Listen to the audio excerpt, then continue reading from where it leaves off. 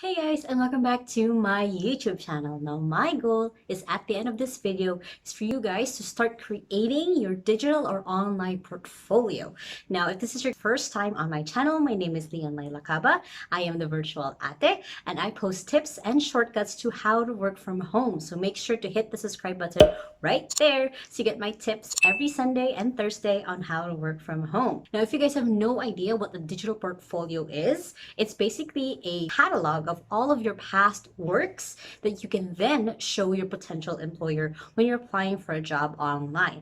Now, it is not a hard and fast requirement for a lot of non-creative types, but if you are a writer, you are a digital artist, or you're a graphic artist, or you're a video editor, or anything that basically where you produce a sort of content, whether that's text, image, video, or audio, if you create a digital portfolio, you are able to put your best foot forward more than people who don't have a portfolio at all. Now, if you're a teen or a student and you don't have any portfolio up there at all, in this video, I'm going to talk about 3 prompts that you guys can get started with when it comes to creating your digital portfolio. So make sure to watch till the end of this video to find out how to create a very engaging portfolio that will get you hired, or at least on top of your potential employer's list. Now, before we get into the actual prompts, I'm going to talk about the tools that you guys need to build your portfolio. The first one is now the mode or what type of content you're going to be creating. So that could be, again, text, audio,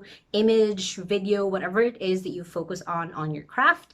If you are someone who's non-creative, like a bookkeeper or a office admin, that could be just case studies of your past work. What I mean by that is you documented some sort of success path that you took a client on before. Now, once you have that, once you have your mode of content, whatever that looks like, the next thing is, where do you want to store this? Where do you actually want to put your portfolio? So I highly recommend that it's going to be somewhere where it's just on the cloud, where it's online, because of course you're not going to hand a USB to a potential employer when you're working online, right? So it could be that you could be using Google Drive, you could be using a tool called Dropbox or WeTransfer. So these are 3 different places that you can upload your files for free until a certain gigabyte, but it's basically where you can easily share with your potential employer your portfolio. This could also be just a website that you have. If you have your own website, then you can just have your portfolio on there. The third thing that you need when it comes to creating your portfolio is an easy link that you can give to employers. So sites like, again, WeTransfer, Google Drive, or Dropbox, these have really long sites. So tools like Bitly or Pretty Links, when it comes to websites, is a tool that you can use to shorten your links. So it's easier for you to give. Instead of giving a really long with numbers and letters, you're just giving them a bit.ly/Leanne portfolio as an example. That's probably not taken, but that's an example of what you can give to potential employers, so it's easier for them to look at your portfolio. So what are the 3 different portfolio prompts that you can get started, even if you have probably no experience? So I've created a really easy way that you guys can create your portfolio, and it's actually the first 3 letters of create. Now, C is for credibility. You want to build credibility with your portfolio. So how do you build credibility? So the first thing is you need a place where you're credible at. So you have to pick your skill and your niche. Now, I've actually already created a video on that you guys can check out. But basically, you want to choose already what is the skill you're bringing on, which is, of course, what you're going to base your portfolio on, and then the niche or who you want to actually work for. So as an example, you could be a writer for health coaches. So you're going to be writing a lot of health articles, for example. So you want to pick that because that builds credibility. So now that you have that, the next thing is then you want to build your branding around that. So that's part of building your portfolio, is having a unified brand that people will recognize when they see your work. And I've already actually created a video on how to create your online brand that you guys can check out. But it's basically making sure, like for example, me as a virtual ate, that is my brand that I've created for people who want to learn how to work from home. So I coach people how to work from home. That is how people will know me whenever they hear the word virtual ate. For you, it could be using your own name, and I highly recommend that you use your own name when you're creating your branding, so people know when they see like, oh, this so-and-so's work. And then once you have that, now the actual prompt that I'm going to give you guys for creating your credibility is actually looking at your past works. Look at works that you've already done for school maybe. Let's say you're a writer and you've written essays in school, you're part of your newspaper club, or if you are an artist and you've entered, again, contests in school, those can be part of your portfolio. Look at any past work that you've already done with other people, whether that's just a group project or a project that you've done in school, or even a project that you've done with a past employer. If you're someone who's been employed before, look at that. You're not really starting from scratch when it comes to creating your portfolio, because chances are you've already created some sort of output, some sort of content that you can then use when you're creating your portfolio online. And again, if you are a more non-creative person, you can create what it's called a case study, where you basically narrate, you put it into a document, how you've helped a specific client and what were the results that happened afterward. That's basically what a case study is. So C for credibility is you're giving them proof of what your past work looks like. That's what C for credibility is. So look at your past works, look at the things that you've done before, and you can upload that into your Google Drive or Dropbox or WeTransfer, up to you, whichever tool that you use. But that's your first prompt that you can use when it comes to building your portfolio.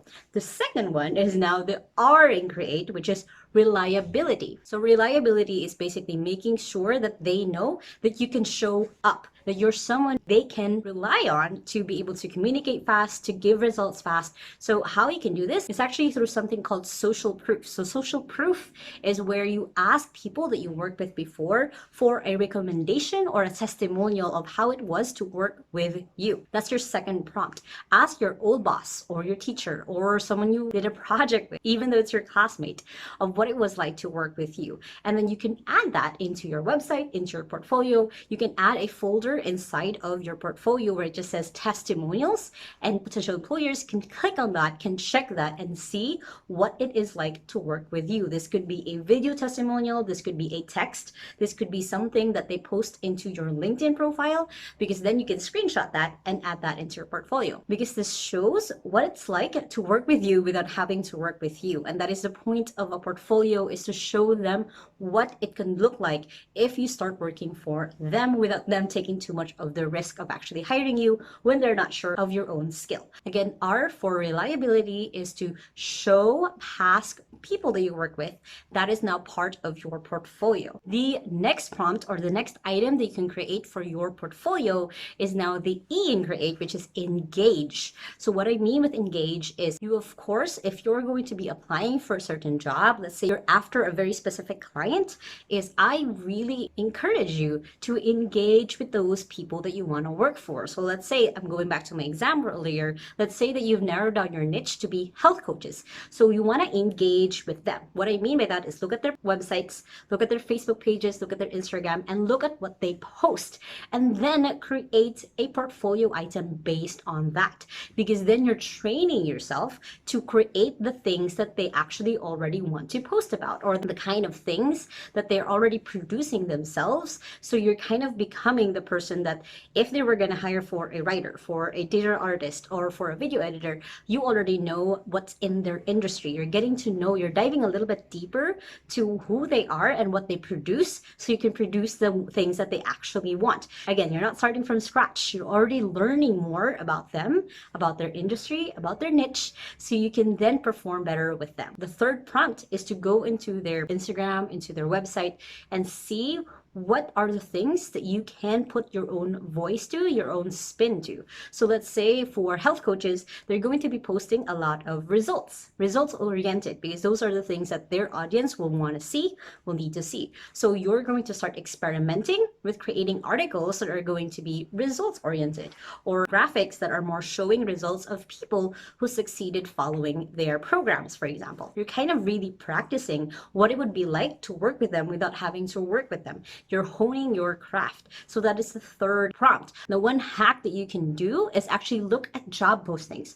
Look at what they require from the people that they want to hire. Let's say they said looking for a content writer to create Instagram captions. Already then use that as a prompt to what you're going to be adding into your portfolio. Now, keep in mind, your portfolio is, again, a proof of what would look like if they worked with you. So even without asking, even without prompting, you're already giving them what they asked for for in the job post without them directly actually really asking you. So the engage in create is literally being the person that they want to hire. That's why the E in engage is so powerful, because you're working with more now with the actual people who are hiring. You're not basing it anymore with the past works that you've done. You're now moving into what is actually demanded or what is usually asked for when it comes to someone who's hiring for your specific skill. Now, if you guys want to take this to the next level, I already do have a Create challenge. So this is a free 5-day challenge that I guide you guys through the 5 days how to build your online portfolio. Now, if you guys want to get into that,